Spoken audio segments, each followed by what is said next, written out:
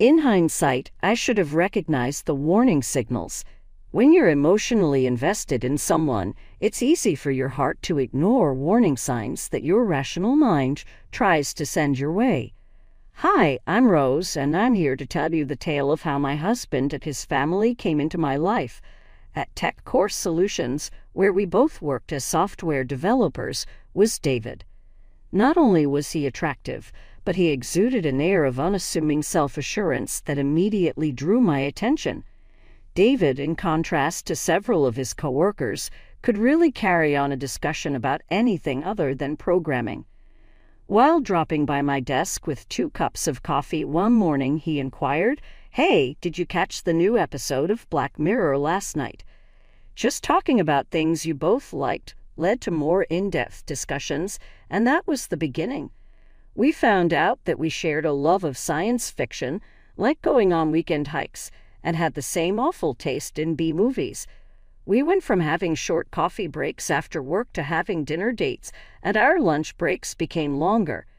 A year had gone by before I realized it, and David was eager for me to meet his relatives. As we made our way to his mom's house, he reassured me, "They're really down to earth. Mom's excited to meet you, and my sister Sarah lives there too with her husband Mike and their son Tommy." The front yard was a mess of toys, but the house within was small and clean. With her 4-year-old bouncing on her hip, Sarah opened the door before we could even knock. She yelled out, finally, as she embraced David more tightly, "Mom, they're here." Standing with an inviting grin on her face, Linda, David's mom, came out of the kitchen. She turned to me and beamingly said, "There's my successful son." She then embraced him tightly. "Plus, this has to be Rose. David has spilled the beans about you." Observed their interactions when they were having dinner. It was obvious that they were a typical family, and they were very proud of David's accomplishments at work. But I had the impression that something wasn't right. I didn't know what it was until Sarah brought up Tommy's impending birthday. "David," she added, her expression clearly one of puppy dog, "Tommy has been requesting that new Nintendo game, that one featuring prehistoric beasts." "Sarah," David got going, but his mom interrupted. "He should treat his nephew a little special. You're doing so well at that fancy tech company," Linda said with a giggle, rubbing David's hand. She then shifted her attention to me, smiling in what appeared to be a playful manner. "I just hope after the wedding he won't forget he has a mother and sister to take care of, too." I smiled politely and assumed she was joking. The topic of discussion shifted once everyone had laughed.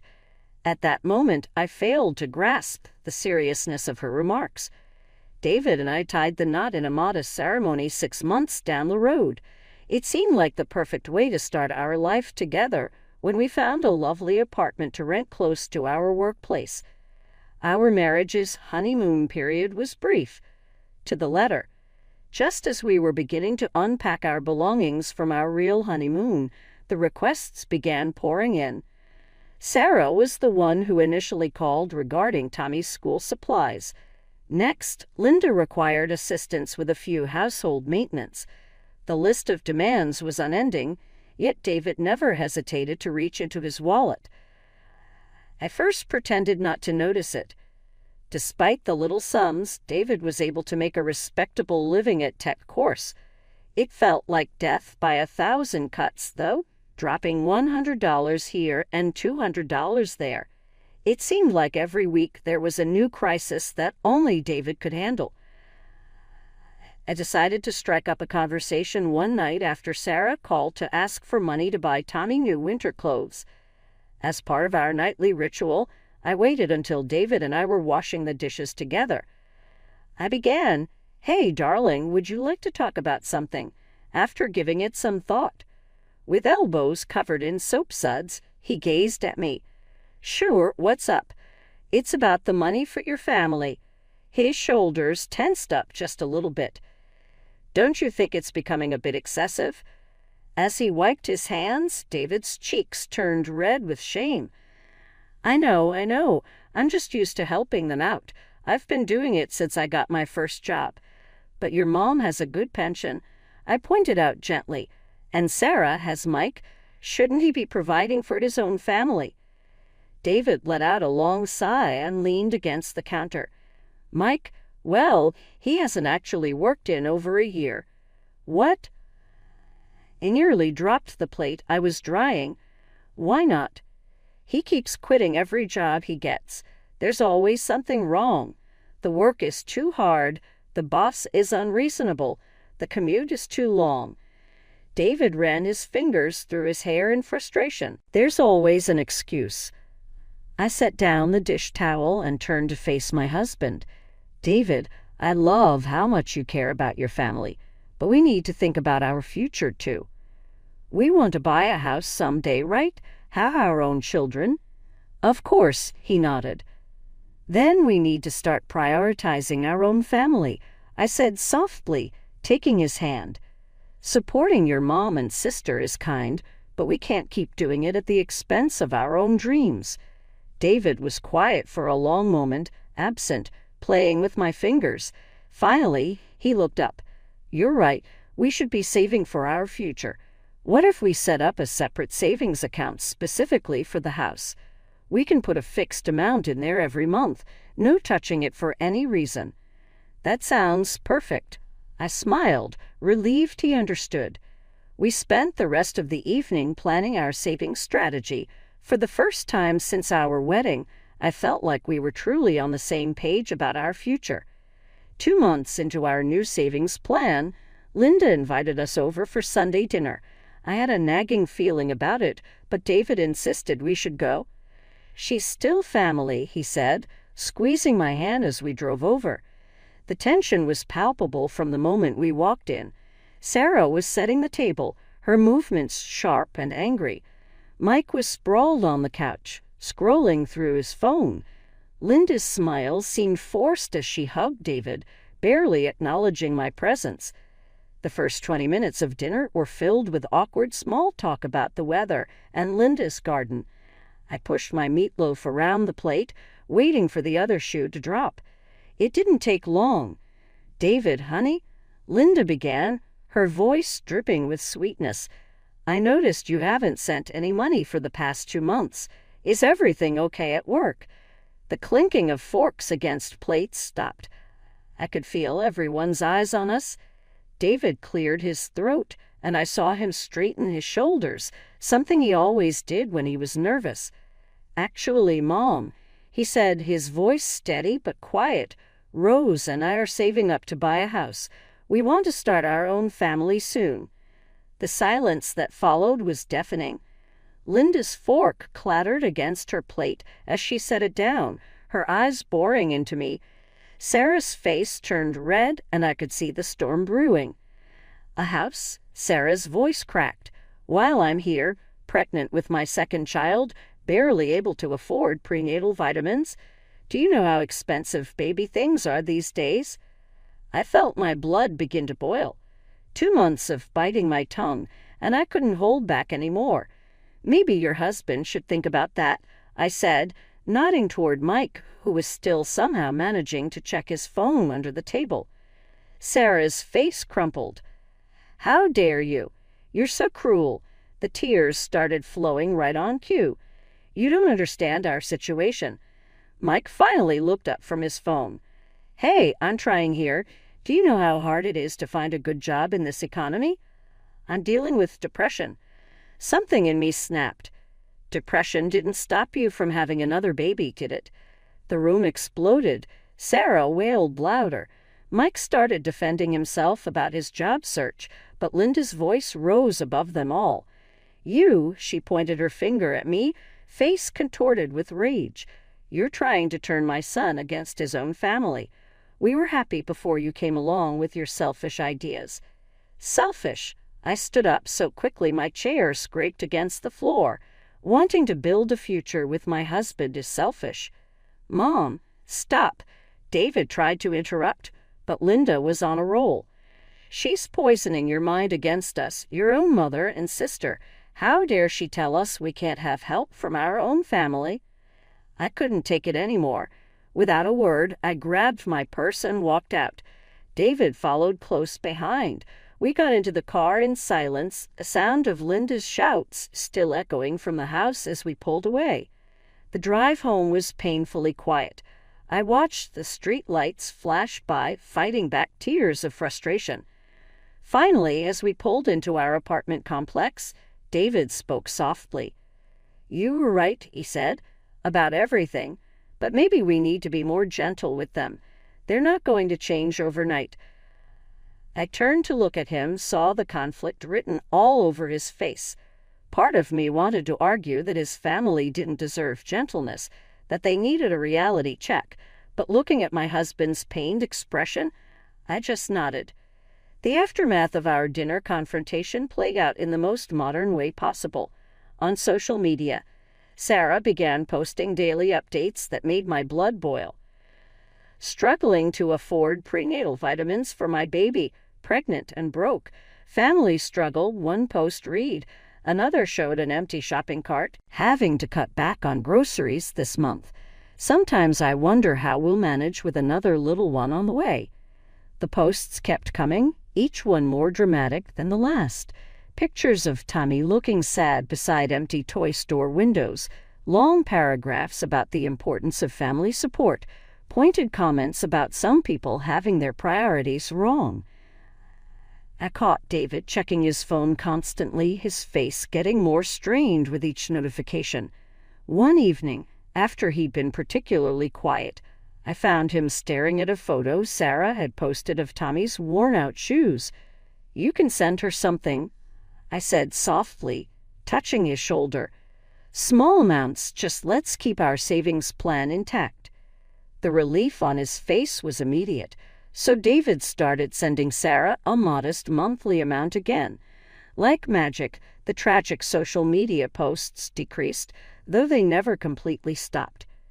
Linda began extending dinner invitations once more, though the atmosphere was far from warm. "Would you like more potatoes, David?" Linda would ask warmly, then slide her eyes past me as if I were invisible. Sarah would only address her brother, speaking about me in the third person, even when I sat right there. "I wonder if your wife would mind passing the salt," she'd say, staring at the ceiling. I took it all in stride because while they were busy giving me the cold shoulder, something amazing was happening at work. TechCore landed a massive contract with Global Tech, one of the biggest MEs in the industry. David and I had both been instrumental in securing the deal, and our compensation reflected that. Suddenly, our combined income nearly doubled.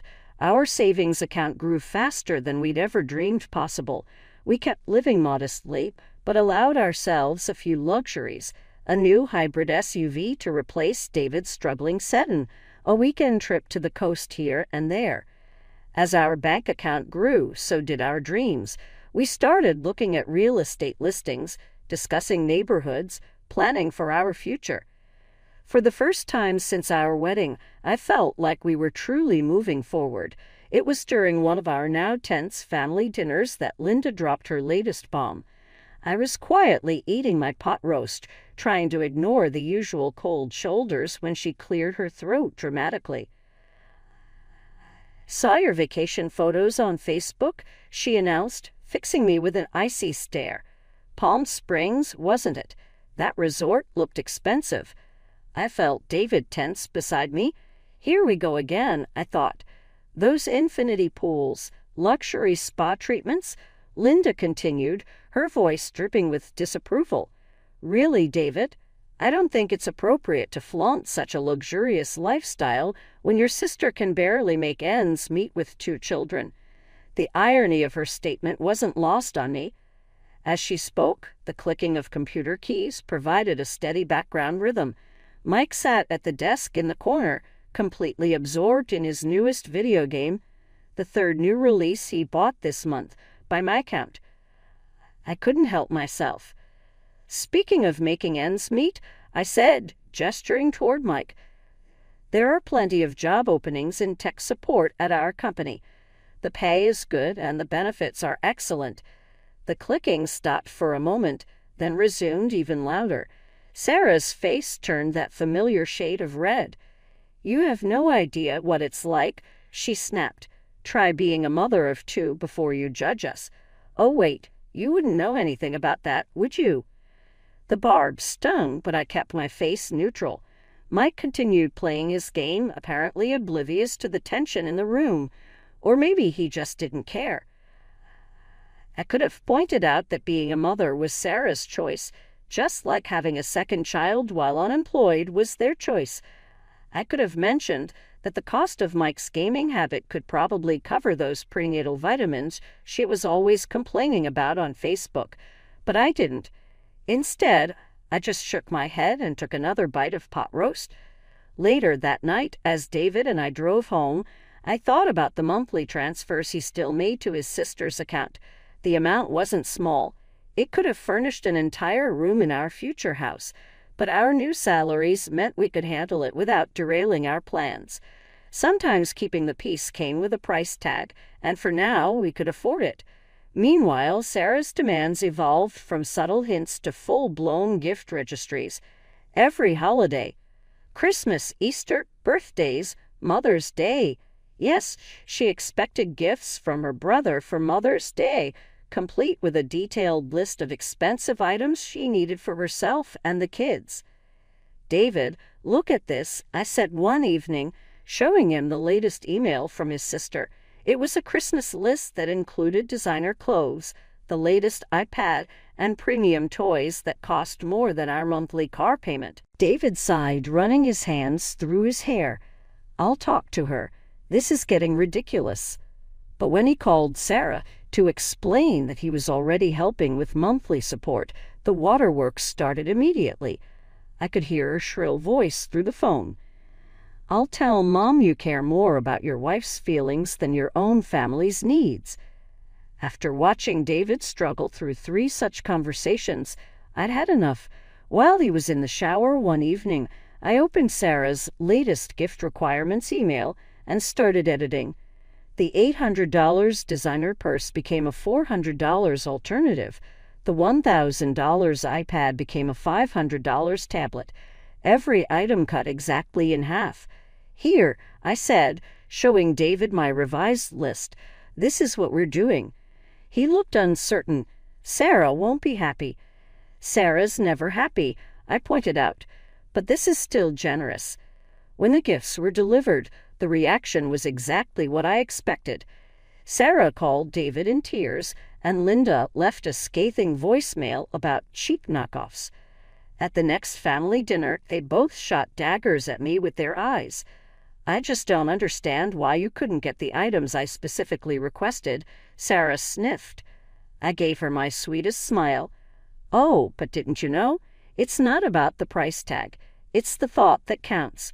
We put a lot of thought into choosing these alternatives. The look she gave me could have curdled milk.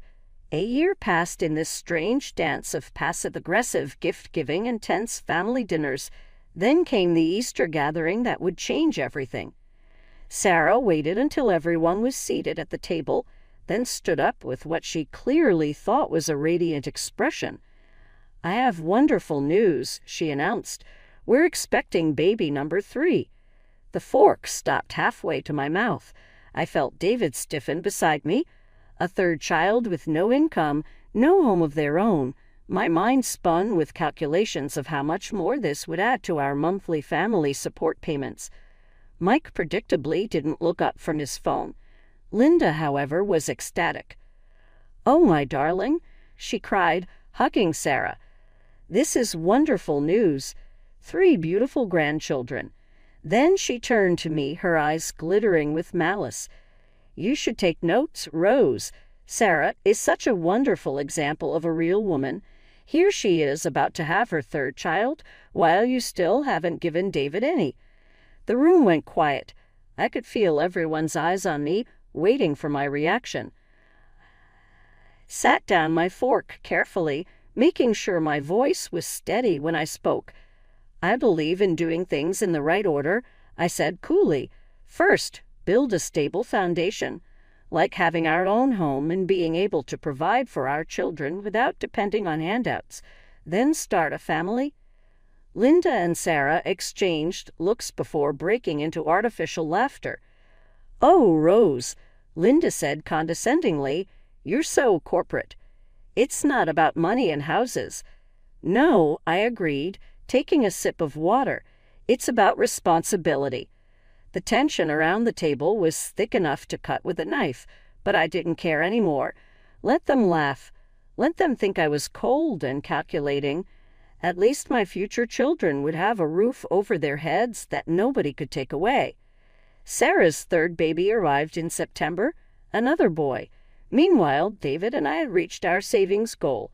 After months of house hunting, we finally found it, our perfect home.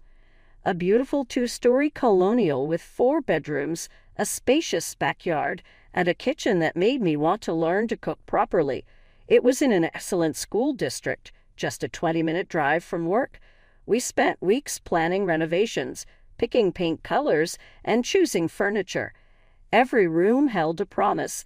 The sunny bedroom that would make a perfect nursery, the basement we could turn into a playroom, the office space where we could work from home when needed. Then came the dinner invitation from Linda. "Mom wants us to come over tonight," David said, checking his phone. "She says it's important."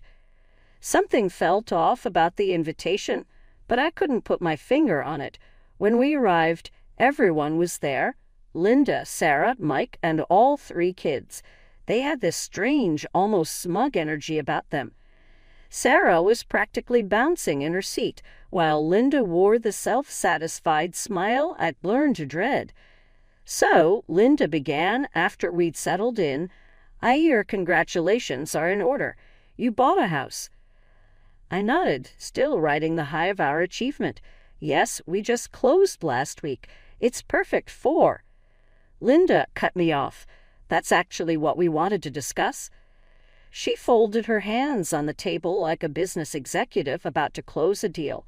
"You and David are still young, no children yet. You can continue living in your apartment just fine." I felt my smile freeze. "What are you getting at?" "But Sarah, my poor girl," Linda continued, her voice dripping with false concern, "has 3 beautiful children cramped up in this house. They need space to grow, a yard to play in. We've decided that you should give your new house to Sarah and her family." I stared at her, waiting for the punchline, but Linda's face remained serious. Sarah was nodding enthusiastically, while Mike finally looked up from his phone, showing interest for the first time in months. "I'm sorry, what?" I managed to say, looking between them. "You want us to give away our house? The house we spent years saving for?" Sarah leaned forward. "I'm a mother of 3, she said, as if that explained everything. "I have a right to provide my children with proper living conditions. You can always buy another house later." My heart was racing as I looked across at David. "Do you perceive this? Can you now perceive their sense of entitlement?" However, Linda's grin expanded prior to David's response. "Oh, sweetie," she murmured, her voice etchingly gentle. "I did the right thing by my son. His allegiance is clearly defined as being to his mother and sister. Would you agree with that, David?" Bang! The plates rattled under the force of David's clenched fist. Never before had I seen him so enraged. He leaped out of his chair. Smugness crumbling into horror, Linda and Sarah genuinely flinched.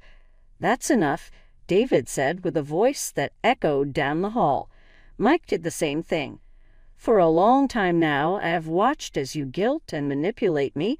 At all times, both monetarily and emotionally, I have been by your side. I've paid you to do nothing but sit around all day playing video games," he said, pointing at Mike. "You've insulted my wife, downplayed our decisions, and demanded more and more, and I have listened." David interrupted Sarah just as she was about to speak. "No, at this moment you are not allowed to speak. Over the years, I've paid you a considerable amount of money.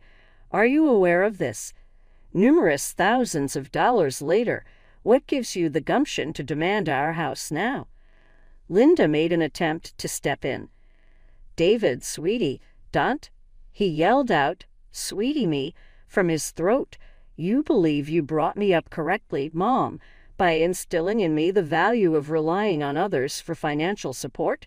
Is it reasonable to expect them to vacate their property?" There was no humor in his laughter. "When I told you, you brought me up correctly, just enough to realize how poisonous this is now." I was yanked out of my chair by his strong grip on my hand. "We've finished. The end has come. Am out of cash. Farewell presents. Misleading behavior ended. Look for another person to act as your ATM." But the children, Sarah began to weep. "They should be yours. David," he yelled, "this is not my property. None of Rose's. All yours." He drew me closer to the entrance while retaining my hand. "Stay away from us. Refrain from sending us texts. Please refrain from sending us your wish lists. We've finished." As we departed, their expressions of shock and astonishment were the last things I could make out. David hurried over to the car, lowered himself to help me into it, and then jumped in the driver's seat. I gave in as we drew away from the curb. I snatched his face and pressed my lips against his. Softly, I murmured, "I love you," as I peered into his mouth. "I'm so proud of you." As he embraced me tightly, I could feel a little quiver in his voice. "Years ago, I should have done that. My apologies for the delay in confronting them." A deluge of frantic attempts at communication ensued throughout the next weeks. Over and over, Linda called, her voice fluctuating between threats and sobs. Long texts from Sarah describing how we were ruining her family were sent. Our long-lost kin in the Monkey Kingdom contacted us via the air to express their disapproval of our harsh treatment. However, David remained unwavering. While we concentrated on settling into our new place, he disconnected their phone lines and removed them from his social media accounts. A garden was begun, walls were painted, and furniture was purchased. With each passing day, I witnessed the burden of his family's manipulation gradually go away. David reached across the table and grabbed my hand one morning as we sipped coffee in our lovely kitchen, discussing our plans to turn one of the bedrooms into a nursery. A simple thank you was all he put out, for guiding me to my spinal column. "Thanks for modeling for me what a proper family is. Thank you for bearing with me as I worked things out." From the comfort of our living room, I am writing this with a smile on my face. The family you're born into might not always be the one you deserve. At times, you'll need to construct your own. Day by day, room by room, dream by dream, that is just what we are doing. I look over the coffee table and see the paint swatches for the nursery. Tomorrow we have our first meeting with the fertility doctor. The fact that it is our life, imperfect though it may be, is all that really counts.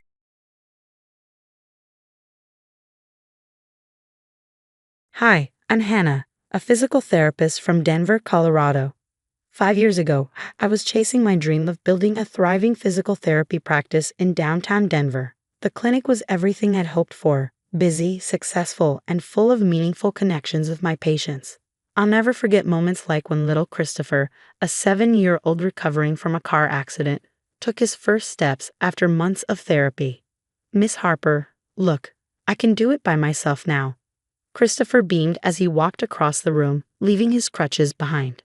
"That's incredible, Christopher. You're a superhero in the making," I told him, my heart swelling with pride. It was moments like these that made the long hours worth it. Then, one day, Matthew Anderson walked into my clinic. He was tall, with kind eyes and a smile that could brighten any room. A firefighter, he'd injured his shoulder during a rescue. "I have to admit," he said during our first session, "I'm terrible at following recovery instructions." "Well, Mr. Anderson, lucky for you, I'm even more stubborn than my patients," I teased, and we both laughed. From that moment, something clicked. Our love story unfolded naturally, like spring wildflowers in the Rockies. Within a year, we were planning our wedding. Everything felt perfect until Madison, Matthew's mother, entered the picture. At first, Madison seemed warm and welcoming, but during our engagement party at the Cherry Creek Country Club, I overheard her talking to Matthew's Aunt Olivia. "A physical therapist? Really? I always imagined Matthew was someone more accomplished, Madison said with a pointed tone. Olivia, ever gracious, replied, Madison, she runs a successful practice and helps people heal. What more could you want? Despite the tension, Matthew and I married in a beautiful ceremony at Red Rocks. A year later, we were blessed with twins, Mia and Ethan. Olivia became my rock, helping me navigate motherhood while balancing my growing practice. But Madison wasn't done testing me. One day, while I was treating Mrs. Johnson, an elderly patient, I got an urgent call from the daycare. Mia had a fever. Mrs. Johnson, I'm so sorry, but I need to go. Go, dear, she said kindly. Your babies need you more than my old bones do. When I arrived, I found Madison already there, holding Mia. I took the liberty of handling the situation, she said, her smile never quite reaching her eyes. After all, a working mother can't always be there. That moment hit me hard. Madison wasn't just questioning me as Matthew's wife. She was challenging my ability to be a mother while pursuing my career. Things escalated from there, like a Colorado wildfire. One morning, while I was helping a veteran adjust to his prosthetic leg, I got several urgent texts. Madison had shown up at Mia and Ethan's school, attempting to change their emergency contact information.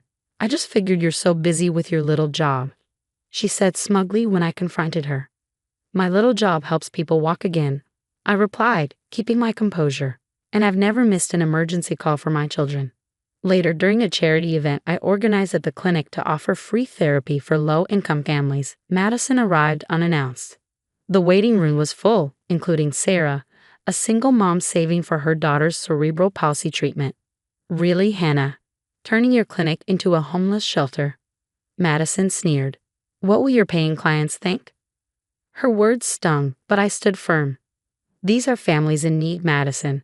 Everyone deserves care. That week, 3 regular clients canceled their appointments. Madison had been calling them, suggesting they might catch something from the people I was treating. The final blow came during the twins' 5th birthday party. I planned everything carefully, a superhero theme, games, and decorations. Olivia helped, even creating beautiful memory books filled with photos and stories for each twin. But Madison arrived with extravagant gifts, a massive dollhouse for Mia and an expensive gaming console for Ethan, something I'd explicitly said was too much for his age. I hope you don't mind, Madison said sweetly. I know you can't afford such nice things with your charitable work. Her words stung, but what hurt even more was seeing Olivia's thoughtful gifts pushed aside and forgotten. She left the party early, her hurt visible.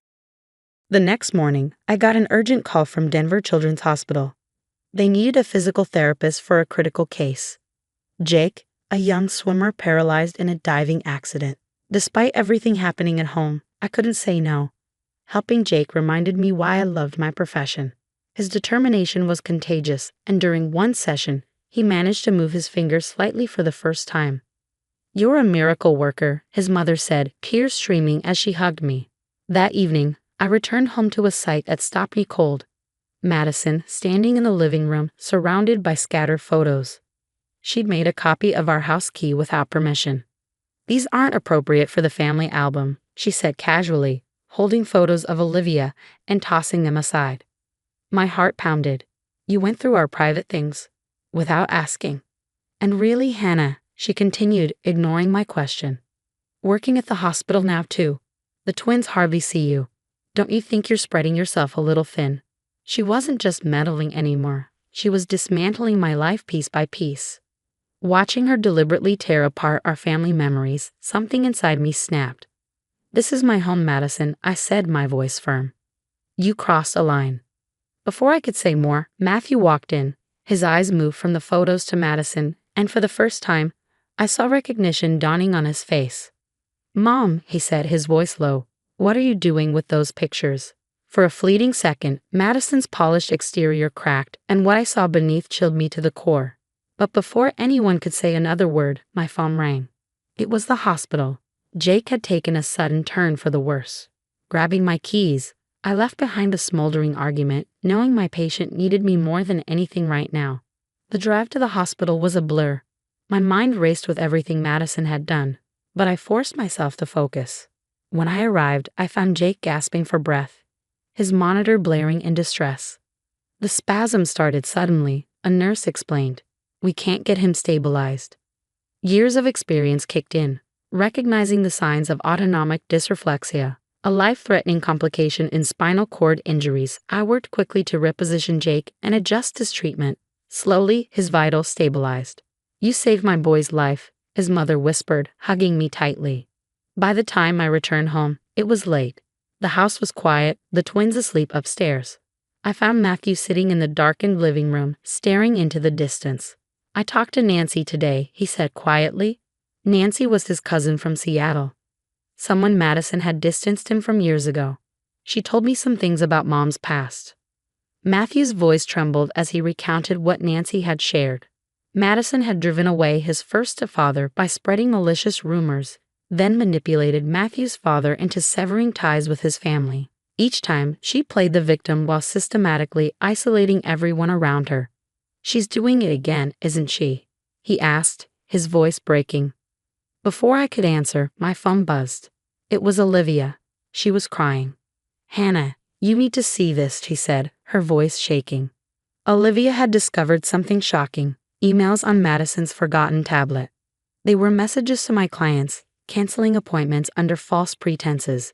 There were emails to the school board questioning my parenting and even letters to Child Protective Services, making baseless claims about Olivia's mental health. The next morning, I arrived at my clinic to find chaos. Reporters crowded the entrance. Madison had contacted the local news, claiming my charity work was putting my regular patients at risk. Miss Harper, one reporter called out, a microphone thrust toward me. Is it true you're endangering patients by mixing populations? Just as the reporters pressed in, Jake's mother stepped forward, her voice steady but filled with emotion. That woman saved my son's life last night. She's the most dedicated therapist we've ever known. Her words silenced the crowd momentarily, but then others joined in. Sarah, the single mom, spoke with tears in her eyes. Hannah gave my daughter hope when we had none. She taught her to walk again, something I thought I'd never see. Mr. Rodriguez, the veteran I'd worked with, stepped forward and demonstrated his new walking skills with his prosthetic leg. Because of Hannah, I can stand tall again. But the biggest surprise came when Mia's teacher arrived, holding an envelope. Mrs. Anderson, she said, her voice urgent, you need to see this. Inside was security footage from the twins' school. The video showed Madison trying to pick up Mia and Ethan without authorization, whispering to them that I didn't want them anymore. Matthew watched the video in stunned silence, his face turning pale. I've been so blind, he whispered. Before we could process it all, we heard sirens wailing. Someone had called in a false emergency at Olivia's house, claiming she was a danger to herself and others. We rushed over, only to find Olivia shaken but unharmed, explaining the situation to the police. Standing there, watching the fallout from Madison's schemes, I realized this wasn't just about family drama anymore. Her actions were escalating and putting lives in danger. But Madison wasn't done yet. She played her final, desperate card, filing for emergency custody of the twins, accusing me of neglecting them because of my work. The courtroom at the Denver Justice Center was packed on the day of the hearing. Jake arrived with his family, Sarah brought her daughter proudly wobbling on her new walker, and dozens of patients and colleagues filled the gallery. My wife has done nothing but care for our children and this community, Matthew began, but he was interrupted by an unexpected arrival. Nancy, his cousin from Seattle, stepped forward holding a thick folder. Your Honor, she said, I have evidence. She laid out Madison's history, years of systematically isolating and destroying families across 3 states. One by one, other victims came forward. Former daughters-in-law, estranged family members, all with eerily similar stories. Then came the financial records. Madison had been quietly siphoning funds from Matthew's trusts, set up by his late father, for years. The judge's expression grew stern as she reviewed the evidence. Mrs. Anderson, she said, these are serious allegations. Suddenly, Mia's small voice rang out in the courtroom. Grandma told us Mommy didn't love us anymore. But that's not true. Mommy helps people walk again. Like she helped me when I fell off my bike. Ethan chimed in, his little voice defiant. And she reads us stories every night, even when she's tired from helping people. Matthew stood then, his voice breaking. Your Honor, I've been wrong. My mother needs help. My wife is an incredible mother, a remarkable professional, and the love of my life. The judge's ruling was swift. Madison was ordered to stay away from us, pending a criminal investigation for financial fraud and false reporting. In the months that followed, life began to heal. My clinic expanded, opening a new wing dedicated to low-income patients, funded by community donations. Jake started volunteering, inspiring others with his resilience. And at home, Matthew and I focus on rebuilding through counseling, honesty, and putting our children's happiness first. So, what would you do if someone tried to destroy your career while pretending to care about your family? Would you stand strong like I did, or would you handle it differently? Share your thoughts below. I'd love to hear your perspective.